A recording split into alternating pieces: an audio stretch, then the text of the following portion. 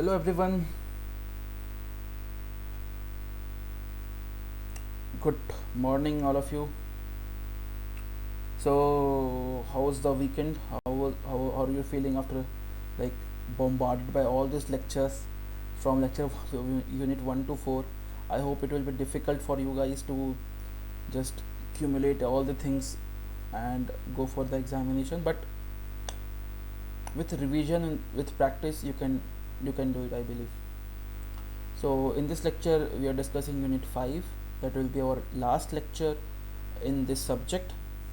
Unit 5 is DevOps and other agile methodologies.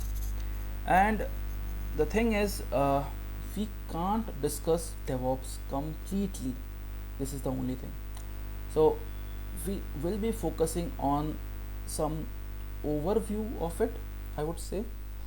Overview and the surface level thing, so that you can write in the examination. And I'll give you the in-depth thing, but I can't explain you with examples and hands-on on DevOps in this time. Okay, the only thing is that, so we'll be just touching the topics and uh, stick to the syllabus. I would not say we are not like we are uh, not studying the complete DevOps and all. We are just stick to the syllabus. Whatever there is in the syllabus, we are only going to study that, nothing else. So let's start. What is a DevOps? Before this DevOps ka discussion we have already done in Agile Project Management. We have already studied the relationship between all these things, and here we have studied DevOps is basically a thing to implementation of Agile. So let's start from there only. So DevOps is a culture, okay, set of practice and tools that combine software development and IT operations. See, dev means development, ops means operations. To shorten the software system development cycle and provide continuous delivery with high software quality. मतलब भैया क्या हुआ समझ में नहीं आया कुछ. Okay, okay, not a problem. So पहले क्या होता था, before this DevOps thing, we have a software development life cycle, a complete development life cycle, and we have a separate cycle for operations. ठीक है. And when we are doing this first, and after that we like, this is development cycle, this is operation cycle. After doing all these things, the resultant takes too much time, which is very bad, not very efficient, usually not work properly, because there are multiple tools, multiple services being used here, which is not compatible to each other. So there are multiple processes in it, and every time you need, whenever you need to deliver some product, you need to roll up the entire thing again and again. It is not continuous. It is very problematic to go with the traditional solution with this much problems. So for that we introduce DevOps. If we have a good diagram of DevOps, yeah. So DevOps is basically a combination of DevOps is basically a combination of development and operations.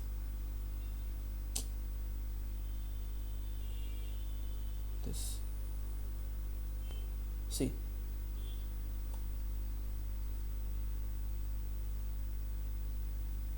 this is development. So you see the path. First we have build, sorry, development में first we have the code. यहाँ से शुरू होता है, code से शुरू होता है. So first we have code. For this code we have Git and GitLab. Then we have plan. So for this plan we have Jenkins or something like that. Jenkins and OpenStack. No, sorry, OpenStack is release, I think so. Yeah, Jenkins and OpenStack. Yep. And for monitoring, after code plan monitoring, we have Grafana and Greylog. Operate, then this is operation part. Operation के लिए we have Ansible, Kubernetes या Chef. What is this Chef? I don't remember exactly. Chef. It is something like that. not just Chef. Okay, Chef is a kind of yeah, it's a DevOps tools. Yep, like ClickOps, ClickOps, you know. So it just helps you to operate things. Then for deployment we have Docker and AWS. For release we have something else, Jenkins and all. And for test we have Azure. For build we have Gradle and this Nexus. So these are the things. These are the softwares that we use in DevOps and all. So DevOps, we are not focusing on that. Our major purpose, in according to the syllabus, is not those apps and how they are it. I'm just explaining what is DevOps. So from this you could understand this definition better. So it's a set of practice and tools. I told you about the tools, okay? Told you about the practice, that is development plus operation, and it is a culture also. To combine the software development and IT operations, to combine them, to shorten the development life cycle, कम हो जाए उसको बनाने का time, and provide continuous delivery for high quality softwares, for high software quality. Okay, so this is why we use DevOps and this is how we use. So अब हम जब इसमें continuous बोल रहे हैं, what is continuous in this, Harsh? So plan first, then code, then build, then test, then release, deploy, operate, monitor. This is a continuous process. This process is continuous. You cannot plan and deploy directly without doing these things. You cannot just code and deploy. You need to code, build, test, release. This is a continuous process. You need to follow it sequentially. You can't skip any of these steps. That's why it's continuous. So the key goal of DevOps is faster delivery, higher quality, better collaboration, reduced failure rate, faster recovery. These are the things. What is how many components are there in DevOps? So you don't need to mug up these things, but just understand. First is what is the first step? It is like plan and code. So there should be a source code management, okay, where you are maintaining the version of the code. There's a Git, GitHub, GitLab, Bitbucket. Then there should be continuous integration also. Jenkins. This is the only thing that I have shown you in that diagram. If you remember, what was the first step? That is code, Git, GitHub, GitLab. देखो. Then continuous integration. What is it? Integration में you have Jenkins. This is Jenkins. And well, I'm not sure. Jenkins. Yeah, this is Jenkins. ठीक है. At least I remember these things. Actually, I've worked on these things a couple of years back. So the third thing is, after the integration, it is automated testing. So for this you have JUnit, PyTest, ng Selenium you are using. So yeah, these things. Then continuous management, Ansible, Puppet, Chef, Terraform. Then containerization के लिए Docker, Podman, everything is that. Planning हो गया, monitoring हो गया, operate हो गया, deployment के लिए Docker हो गया. Then other than that, orchestration के लिए you have Kubernetes and Docker Swarm. Then continuous deployment के लिए you have Jenkins and then Spinnaker. Automated monitoring के लिए you have Grafana, Prometheus, ELK. So these are the just components of DevOps. So from source code management to deployment and monitoring, everything is there in this component of like DevOps के. अब इसमें ही एक topic था containerization. Let's focus on that. So why, you can ask me why we are focusing on containerization, why not start from this? Because that is what is there in the syllabus now. So you can't do things by your own. See, we have done the overview of the components, then we are only going to study the containerization of the Docker. That is why, and then source code management, automatic build. So there are a few things we're going to study, but not everything. Okay, let's start with containerization using Docker. So what is containerization, and before that, what is Docker? Docker is a open source platform, very important, for developing, shipping and running application in containers. So if you know about Docker, if you see the logo of Docker, you will see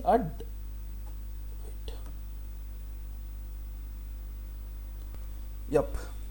So in this diagram you'll see there is a ship, there is a dolphin like ship which has these containers. Okay, as ship has these containers. So the name analogy comes from here. So Docker is an open source platform for developing, shipping and running applications in containers which are lightweight, portable and self-sufficient environment that includes everything needed to run the application. मतलब यार देखो मैं quick समझाता हूँ, if you haven't studied Docker तो मैं quick समझाता हूँ उनके लिए. देखो द थिंग इज़, पहले क्या होता था और अब क्या होता है, वी आर कंपेयरिंग दैट. पहले क्या होता था, इफ़ आई एम हर्ष, ठीक है, and I wanted to run a project, तो I need to install the repository, dependency, Python का कौन सा वर्जन, डेटाबेस का कौन सा वर्जन चाहिए, and everything, every dependency I need to install it. और if you want ki I want this project, Harsh, I want this project to run, then I will give you the project and then you need to run all this dependency, all these versions should be same.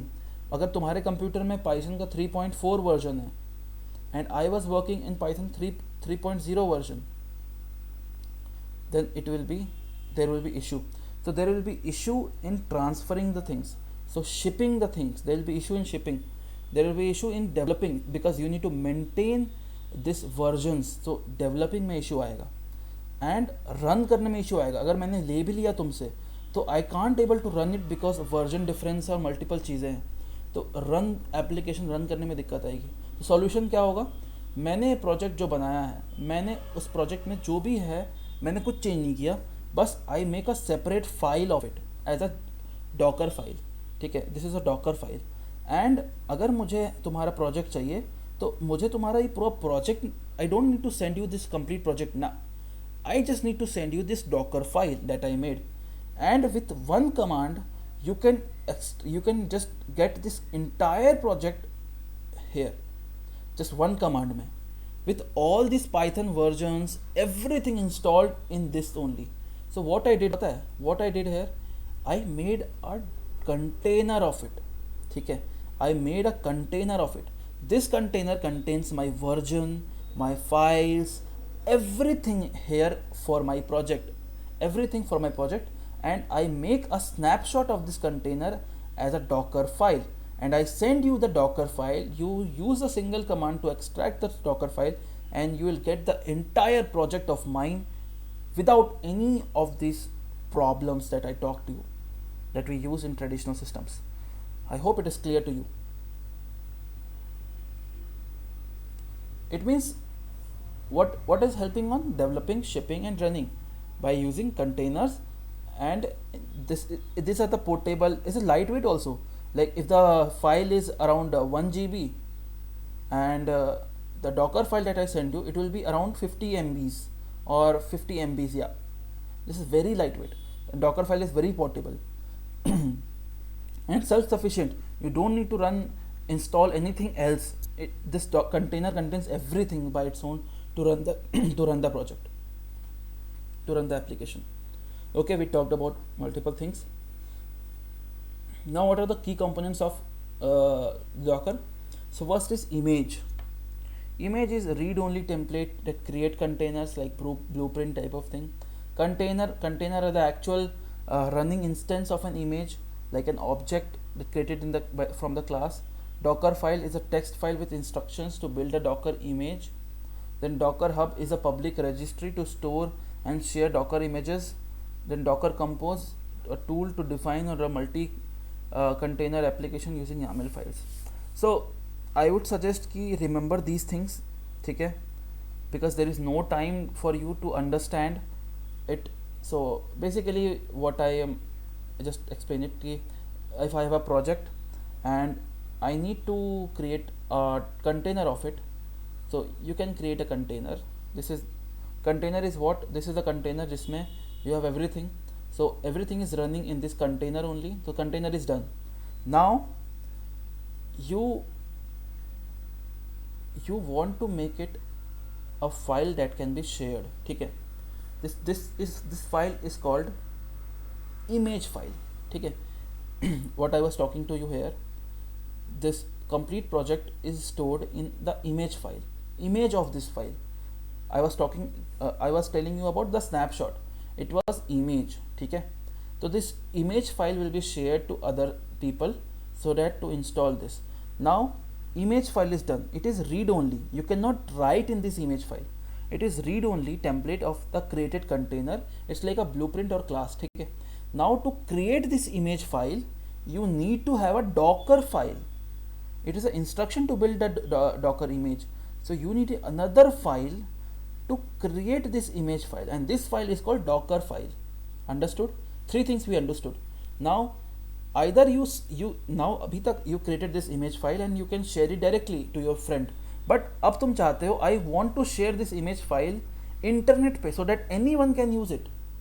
ठीक है, तो what you do, you upload this image file in a website जिसमें सब लोग अपनी image files को upload करते हैं free of cost, because it is open source software. Docker is open source. तो this website is called Docker Hub. ठीक है, Docker Hub is a public registry to store and share Docker images like GitHub और GitHub for images. तो इसमें सारे लोग अपनी images बना के लोकली दे सकते हैं ताकि बाकी यूजर्स को यूज कर सके. तो यहाँ तक I think you understood the story what I wanted to say you. If you didn't understand, just go back in the video and understand it first, because it will give you an idea about what Docker is and what are the components of it. Now the last thing is Docker Compose. These are the tools to define. If you wanted to run multiple Docker applications or containers, then you need to have Docker Compose in your system. It will run multiple container application using YAML files or anything at the same time, so you can define what you want. So these are the things that you require. If you talk about Docker Hub, you can just directly go to Docker Hub. You will get the website there. Docker Hub is a container. So you can see there are multiple images. It has multiple images. What do you want? Linux. You can see, just search Linux. You will get the image of Linux. So this type of things, like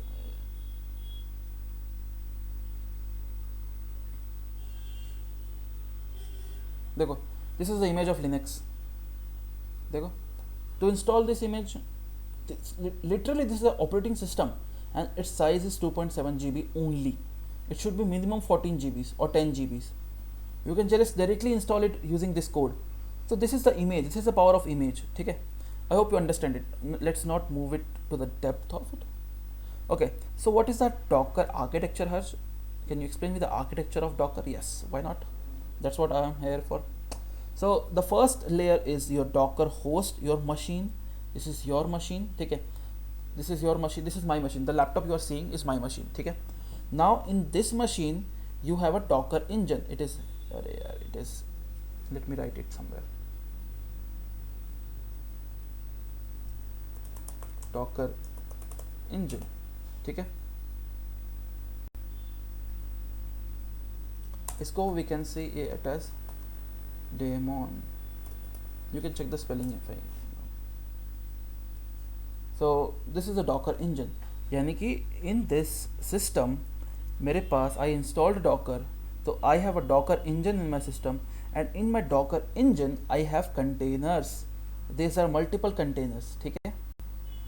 Now I can use these containers. Now I can operate these containers using Docker Hub to store images, or using Docker CLI to upload this container to share someone, or to run these containers, to anything. To run these containers I can use CLI, or to upload this I can use Docker Hub. I can just directly put it in Docker Hub and share it to someone else. So this is basically architecture of Docker. ठीक है? Docker engine. Yeah, Docker engine. Docker architecture diagram.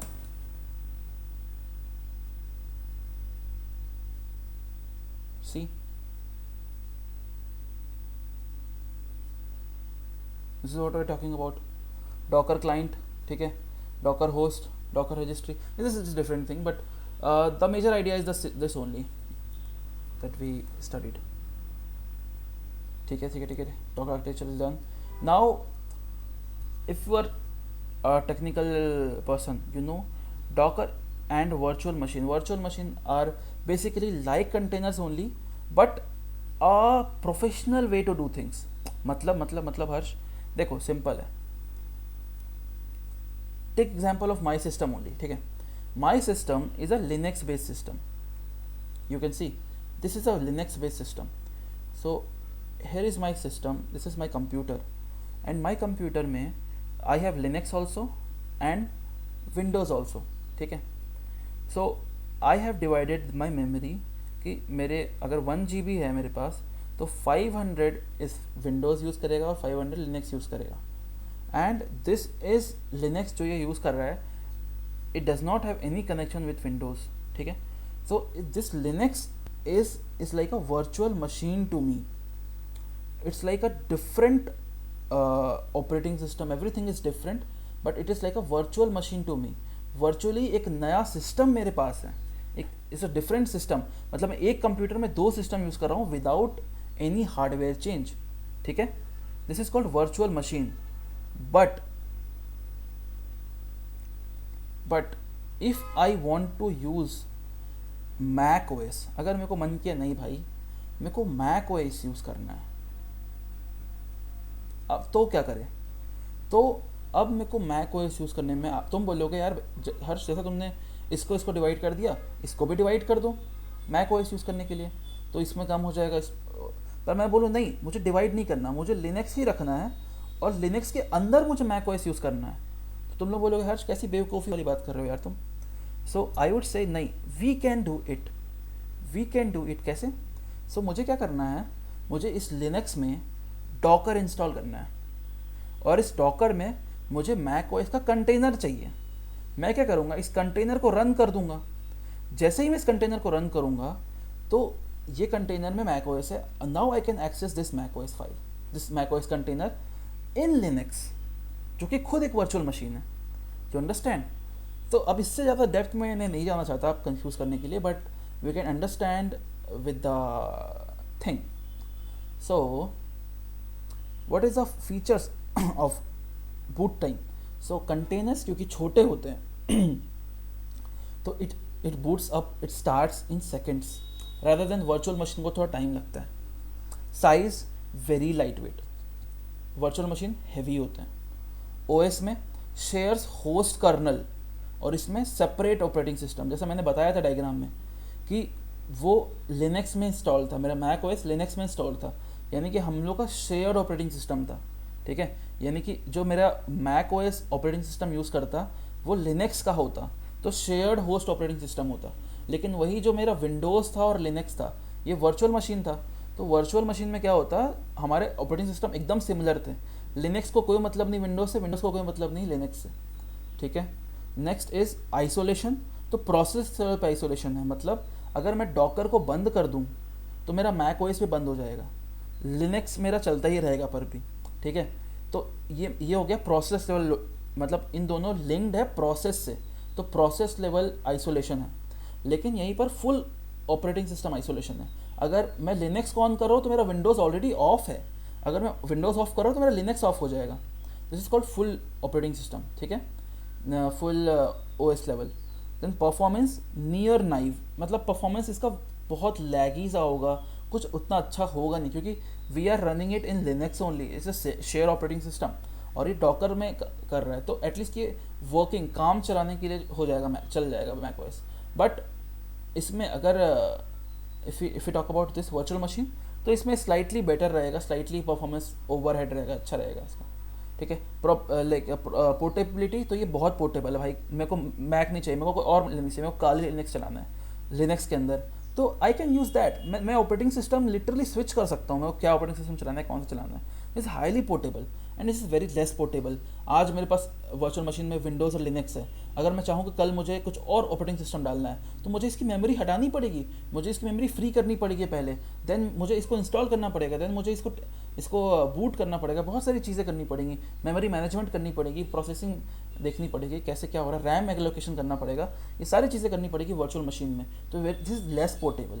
So this is way we understood containers and virtual machine, and this is the also a thing I think which is asked. Okay, let's continue. Okay, तो ये containers में पढ़ रहे थे I think, containerization of using Docker. So architecture देखा हमने, की Docker concepts देखे, देन वर्चुअल मशीन और कंटेनर्स के बीच का डिफरेंस देखा, ठीक है। Now what is sample Docker file? तो this is a example of a Docker file. मैंने बताया था डॉकर फाइल क्या काम आता है। डॉकर फाइल आता है काम में, आपके पास ये सॉफ्टवेयर है, आप डॉकर फाइल यूज़ करो, डॉकर फाइल यूज़ करो, और इस फाइल का यूज़ करके आपको इमेज बनाना है,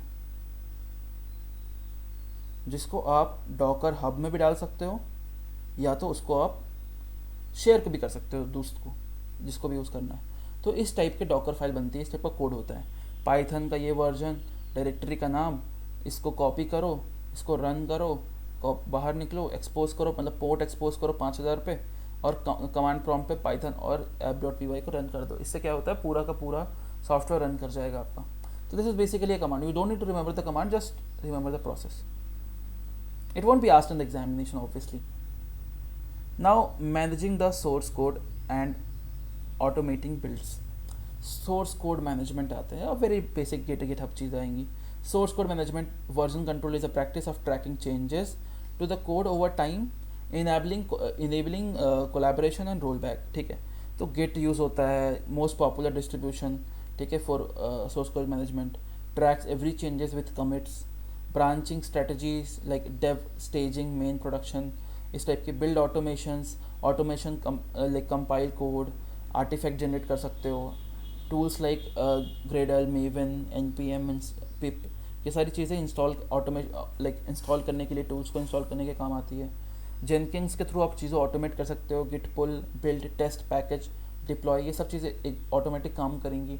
तो ये सारी चीज़ों से आप अपने सोर्स कोड को, जो आपको फर्स्ट 2 चीज़ें थी कंपोनेंट्स में, कंटिन्यूस साइकिल में, प्लान एंड कोड, उसको आप बेटर कर सकते हो, ठीक है, ऑटोमेट कर सकते हो। Automating testing and test driven development, TDD, test driven development. So what is test driven development, TDD? Is a software development practice where you write test first, then write the minimum code to make the test pass, then refactor. मतलब क्या होता है ना, generally हम लोग क्या होता है, जनरली कोड लिखते हैं प्रोडक्शन में, एंड देन हम लोग देखते हैं कि उसका टेस्ट केस जो हमने लिखा है वो पास कर रहा है या नहीं कर रहा है। अगर वो पास करता है then we are good to go, अगर वो फेल करता है तो हमें चेंज करने पड़ेंगे। तो हमें टेस्ट ड्रिवन डेवलपमेंट ये बोलता है कि यार पहले तुम टेस्ट लिखो, first you write the test cases that are required for the solution according to the business. तुमने टेस्ट कोड लिखा, then according to the test code वो मिनिमम कोड लिखो जो which is necessary to pass this test code. मतलब you have मान लो 100 test cases, तो write the code so that तुम्हारे 100 के 100 टेस्ट केसेस पास कर जाए, and then move it to the development, then review it, ठीक है। तो this is what TDD saying, कि first write the test case, then write the minimum code so that your test cases should be passed and then refactor it। तो cycle क्या होती है, पहले red green refactor, ऐसे याद रखो। Red is write a failing test, test fails because feature does not exist yet. तो पहले फेलिंग, मैंने क्या बोला, पहले टेस्ट केस लिखो, 100 टेस्ट केस पहले लिखो जो काम आएंगे। तो अभी तक तुमने फीचर बनाया नहीं, तो ऑब्वियसली ये रेड है, इट मीन्स फेलिंग टेस्ट है। ग्रीन क्या होगा, अब ये जो 10 रेड है ना, ये जो 100 रेड है, अब इनको धीरे धीरे ग्रीन करो, मतलब धीरे धीरे टेस्ट केस लिखो। लाइक अभी 100 था, अभी हो गया 90, यानी कि 10 टेस्ट केस पास हो गया। अब हो गए 100 पूरे, लाइक अब हो गया 0, अरे यार सॉरी, अभी 100 था, अभी कितने हुआ अभी, रेड 100 से रेड हो गया 90, यानी कि 10 टेस्ट केस पास कर गए। What I am saying, it's very difficult to change colours and explain ना। 10 टेस्ट केस पास कर गए 100 से, नाउ यही 10 आगे जाके 100 हो जाएगा, एंड यही 100 आगे जाके 0 हो जाएगा। So this was our main goal. First red, मतलब पहले रेड याद रखो, write the test case first, then write minimum code to pass the test cases, तो हमने कोड लिखा, and then that is green, तो हमने तब तक लिखा जब तक हमारे सारे टेस्ट केस पास ना हो जाए। Refactor, improve code quality without changing the behaviour, test still pass. अब जब ये हो गया है देन रीफैक्टर करो कोड को, यानी जो तुमने कोड लिखा है उसकी कोड क्वालिटी को सही करो, like object oriented programming implement कर दो, anything else, but test case अभी भी इतने ही होने चाहिए, पास होने चाहिए, कुछ लॉजिक में चेंज मत करो, लाइक बिहेवियर में चेंज मत करो कोड का, ठीक है done. Types of automated testing, ये भी इंपॉर्टेंट है प्रोडक्शन में। यूनिट टेस्टिंग, यूनिट टेस्टिंग क्या होती है, अरे हो जा, हाँ, testing individual functions and methods, ठीक है, उसको बोलते हैं यूनिट टेस्टिंग। जे यूनिट, पाई टेस्ट, एन यूनिट, इस टाइप की चीज़ें होती है इस चीज़ में।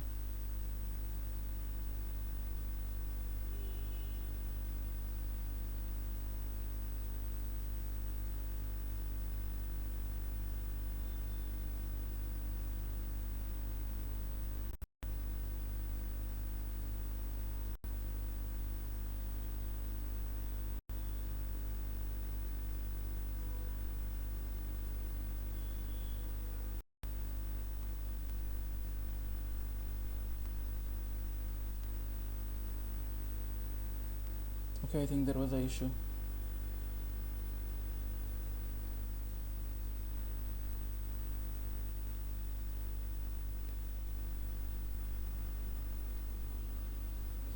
Okay, so unit testing, integration testing means test the integration between modules and services. System testing, test the complete system end to end. Regression testing, rerun all the test cases after changing and to catch broken functionalities. And then is UI acceptance testing, it is from the user's perspective कि सब कुछ सही है नहीं, use Selenium and Cypress to do that. मतलब पहले तो तुमने जो फंक्शंस, एक एक फंक्शंस के लिए यूनिट टेस्टिंग करो कि जितने भी फंक्शंस बनाए हैं वो सारे फंक्शंस के लिए टेस्ट केसेस आएंगे। देन जो भी फंक्शंस एक दूसरे से इंटरेक्ट कर रहे हैं, लाइक मर्ज कर रहे हैं या सिमिलर रिजल्ट प्रोड्यूस कर रहे हैं, उन मॉड्यूल्स के लिए, उन सर्विसेज के लिए टेस्टिंग करो, रेस इंटीग्रेशन टेस्टिंग। देन पूरे के पूरे सिस्टम को ए से, लाइक स्टार्ट से एंड तक, एंड टू एंड टेस्ट करो, relative system testing. Regression testing मतलब पूरे के पूरे टेस्ट केसेस जो तुमने बनाए थे या तुमने जो जो चेंजेस किए थे, जब तुम्हें इशू आया था कुछ, उसमें तुमने चेंजेस किए थे, उसको बोलते हैं रिग्रेशन टेस्टिंग। और लास्ट में होता है यूआई या एक्सेप्टेंस टेस्टिंग, यूएटी टेस्टिंग, जिसमें यूएटी यूज़र एक्सेप्टेंस टेस्टिंग, जिसमें यूज़र्स पर्सपेक्टिव में जो भी तुम्हारा यूआई वगैरह है उसकी टेस्टिंग होती है। Okay, testing is done. Now is continuous integration. What is continuous integration? I hope it's recording. Yeah. Continuous integration is a practice of merging all developers' working copies to a shared mainline frequently, multiple times per day. Each integration is verified as an automated build and automated test. Very simple. देखो, you don't go with the definition, I would say.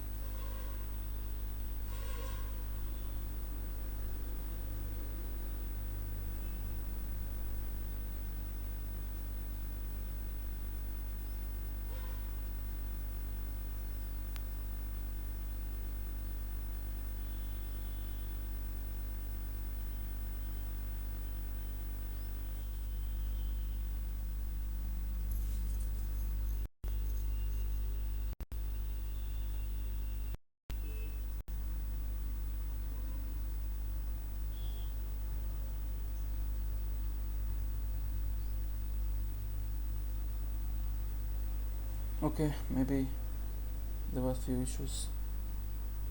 Maybe that will be resolved. Yep.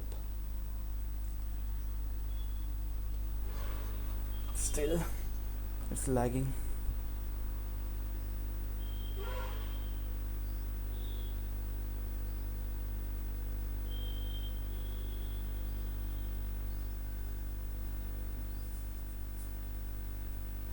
Microsoft Edge is lagging.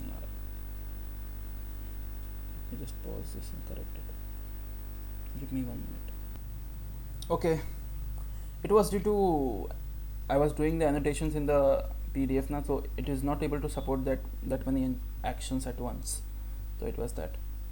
Okay, so for continuous integration, it's like practice of merging all the developers working copies. मतलब क्या होता है देखो, the thing is कि first in the production environment we have one prod environment, ठीक है, one prod repo, one prod file जिसमें सब लोग contribute करते हैं, multiple developers इसमें contribute करते हैं। So जब हम जितने डेवलपर्स ने कंट्रीब्यूशन किया है, जब ये सारे के सारे कोड को खुद ही कोड रिव्यू हो जाए या सही है या नहीं ये चेक कर हो जाए, या कुछ इश्यूज़ है तो उनको बता दिया जाए ये इश्यूज़ हैं, और सारे के सारे टेस्ट केसेस अपने आप पास हो जाए, सब चीज़ खुद ही टेस्ट हो जाए, और जो सही कोड हो वो ऑटोमेटिक इसमें मर्ज हो जाए, this is called continuous integration. ठीक है, this is called continuous integration. अब ये कैसे होता है वो समझते हैं। तो सी आई का पार्ट क्या होता है, developer commit a code in Git repository. ठीक है, सी आई सर्वर जो जेनकिंस होता है डिटेक्ट करता है कुछ कमिट हुआ, ये ट्रिगर हो जाता है। Then C I server automatically pulls the code and runs build it, यानी कि अब क्या करेगा, जो जेनकिंस के अंदर जो सी आई सर्वर है वो इस कोड को पुल करेगा। ठीक है, और इसको रन करेगा अपने पास, कंपाइल बिल्ड एंड रन। ठीक है, देन ऑटोमेटेड टेस्ट करेगा, यूनिट टेस्ट, इंटीग्रेशन टेस्ट, ये जो भी टेस्ट हमने लिखा था ये इस पर टेस्टिंग होगी, या कि इस डेवलपर ने जो भी कोड लिखा है इसमें ये सारे टेस्ट पास कर रहे हैं या नहीं कर रहे, कुछ इशू तो नहीं आ रहा। If test passes builds a green and notify the team कि हाँ सब कुछ सही है। If it fails builds a red and alert the developer immediately, इस डेवलपर को इमिट करेगा यार आपके इन टेस्ट केसेस फेल हो गए, आप इसको देख लो एक बार। फिर ये दोबारा पब्लिश करेगा, सेम प्रोसेस फिर से रिपीट होगा। अगर सब कुछ ग्रीन होता है तो टीम को नोटिफाई हो जाएगा कि हाँ सब कुछ सही है, then team can merge it in the main folder. This is the basically concept of continuous integration. Benefits क्या होते हैं इसके, तो बग कैच करने में आसान होता है। ठीक है, always have a deployable version of software and reduces the integration hello. Like आपने बहुत सारी चीज़ें बना दी है, अब उसको मर्ज करने में बहुत दिक्कत है, बहुत सारी चीज़ें होंगी, तो ये सारी चीज़ें बेनिफिट्स होते हैं। Next is configuration management. Configuration management ensures the consistency of a system's performance, functional and physical attributes with its requirement, design and operational information throughout its life। मतलब बेसिकली सिंपल यही है कि कॉन्फ़िगरेशन जो बहुत सारी चीज़ों का होता है उसको मैनेज कैसे कर सकते हैं। So infrastructure as a code use कर सकते हैं, infrastructure as code, like server define कर सकते हैं, नेटवर्क डेटाबेस कोड फाइल्स, ये सब चीज़ें हम डिफाइन कर सकते हैं कोड में। एंसिबल्स वगैरह, पपेट, शेफ और टेराफॉर्म, ये सारे टूल्स हैं जो इन कॉन्फ़िगरेशन मैनेजमेंट में काम आते हैं हमें। लाइक कॉन्फ़िगरेशन मैनेजमेंट में हम YAML फाइल्स लिख सकते हैं, YAML फाइल्स बोलते हैं इसे, इसका यूज़ करते हैं। पपेट और शेफ का यूज़ करते हैं, टेराफॉर्म का यूज़ करते हैं इन सब चीज़ों को। बेनिफिट होता है कि reproducibility in environment, version controlling, infrastructure and consistent deploys. मतलब हमें हर चीज़ का कॉन्फ़िगरेशन जो मैनेज करना होता है अपने सिस्टम में, उसमें ये सारे टूल्स यूज़ होते हैं, और ये ज़रूरी होता है, कॉन्फ़िगरेशन मैनेजमेंट ज़रूरी होता है कंसिस्टेंसी मेंटेन रखने में, सिस्टम के परफॉर्मेंस के लिए, फंक्शन के लिए और फिजिकल एट्रीब्यूट्स के लिए भी, उस रिक्वायरमेंट के लिए हम ऐसा करते हैं। तो this is basically just a simple thing to remember, it is nothing to explain, nothing conceptual, is just to remember configuration management क्या होता है। नेक्स्ट हमने कंटिन्यूस इंटीग्रेशन पढ़ लिया अच्छे से। कंटिन्यूस डिप्लॉयमेंट भी एक चीज़ होती है, CD is a practice of automatically deploying every code change that passes automated test in production without human intervention. This means new features reaches the user multiple times per day। मतलब याद करो, मैंने इसमें तुम्हें बताया था कि जैसे ही टेस्ट केस ग्रीन हो जाए, ठीक है, टेस्ट केस पास हो जाए जैसे ही, उसके बाद क्या करना, टीम को नोटिफाई करो। CD ये बोलता है कि टीम को नोटिफाई भी मत करो without human intervention, directly deploy कर दो, ख़त्म करो चीज़ों को, डायरेक्टली डिप्लॉय कर दो, इतना वेट भी नहीं करना। मतलब चेंजेस कमिट हुए, फिर जेनकिंस ने उसको फेच किया, बिल्ड किया अपने अंदर, सारे टेस्ट केसेस पास हुए, चेक करो टेस्ट केसेस पास हो गए, कोड का रिव्यू हो जाएगा अपने आप, और वो स्टेजिंग एरिया में चला जाएगा, और स्टेजिंग एरिया में भी अगर सही काम किया देन वो प्रोडक्शन में चला जाएगा। This is the CI/CD combined pipeline. ठीक है, अब CI में क्या होता है, CI में ऑटो बिल्ड होता है, टेस्ट ऑन एवरी कमिट होता है, बट CD में ऑटो टेस्ट होता है, जहाँ से ये ख़त्म करता है वहाँ से शुरू करता है, auto test and ready for the deployment, manual approval to deploy, wait it is continuous delivery, okay, continuous delivery, it is continuous deployment and continuous delivery भी था क्या भाई, नहीं, ठीक है, okay, I missed it.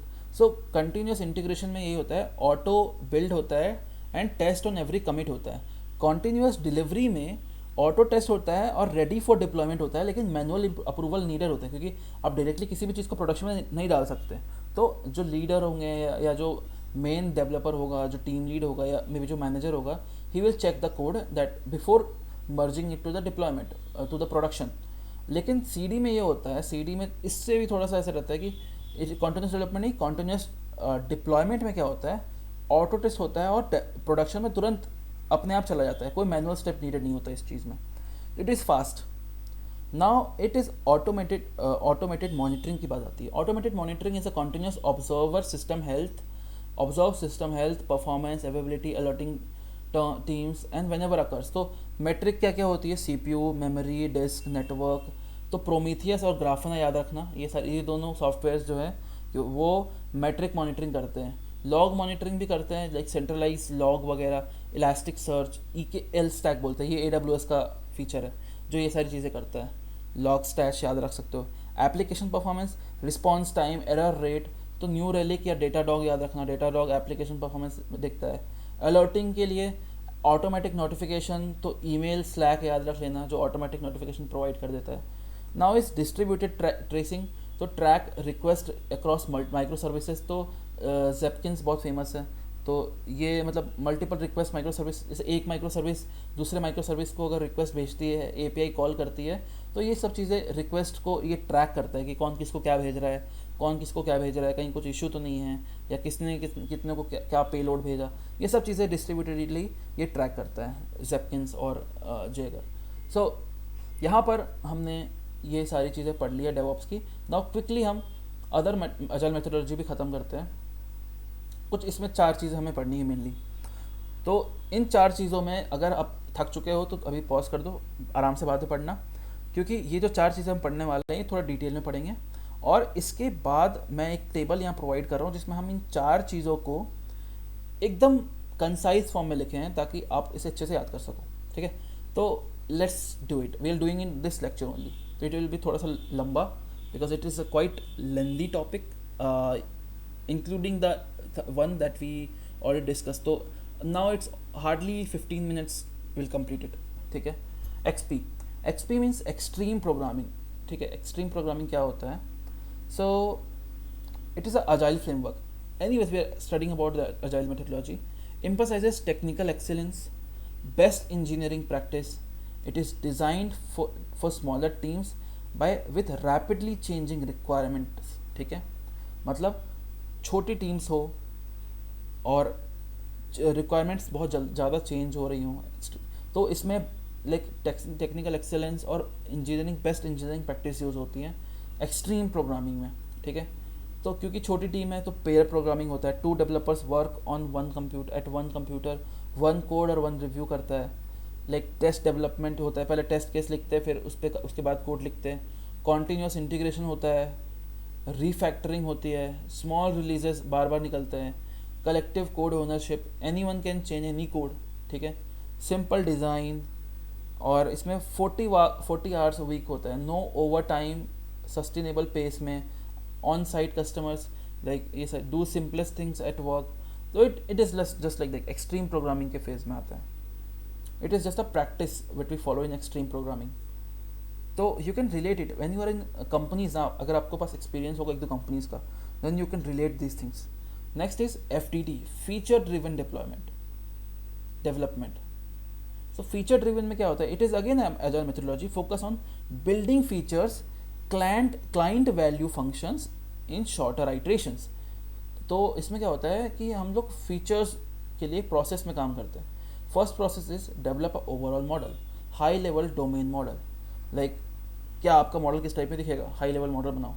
Then build feature list, decompose into features, like क्या उसका action क्या होगा, उससे रिजल्ट क्या होगा, ऑब्जेक्ट क्या होगा, कैलकुलेट सेल्स, सारी चीज़ें आपको फीचर बनानी पड़ेगी।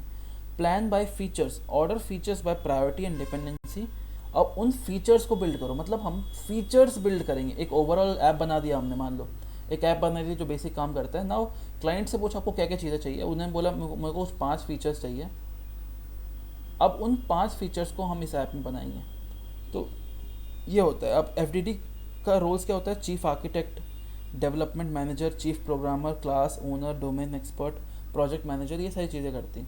Bye features, code, test, integrate feature, ये सब चीज़ें फीचर्स इंटीग्रेशन हम बाद में करते रहते हैं.